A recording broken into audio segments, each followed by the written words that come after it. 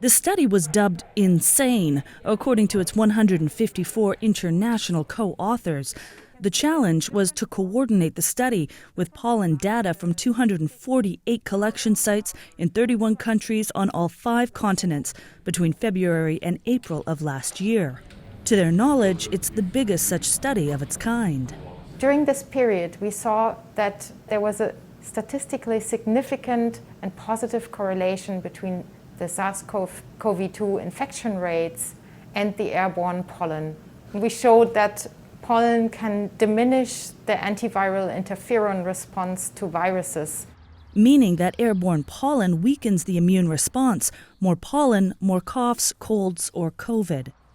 Aerobiologist Dr. Damialis says while considering other factors such as pollen season, city density, humidity, and air temperature, pollen could explain approximately 44% of infection rates. In some it was stronger, for example Spain and also Switzerland were very strong. Some others we didn't see it, but it's not just that more pollen correlated with higher infection rates, it's also that when we had less pollen or almost none pollen, like the southern hemisphere, we had no infection rates or low infection rates. Climate change has led to a higher abundance of pollen in the air and longer pollen seasons, but there is also no evidence that those with seasonal allergies could be more affected. These findings also showed the positive results from lockdowns, but these scientists are saying it's not how strict the lockdown is, but how early it starts. Implementing lockdowns before the surge in airborne pollens could substantially reduce the spread of the virus.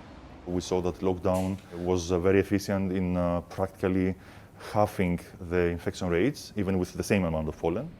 Yet scientists warn that these findings are no reason for panic. First of all, we saw a statistical correlation and not a causality here.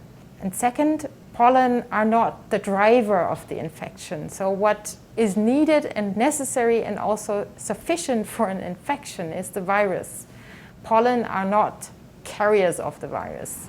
Members of high-risk groups should protect themselves by watching pollen forecasts and wearing dust-filtering masks. The team here will continue monitoring the effects of infection rates of other air particles, such as pollution.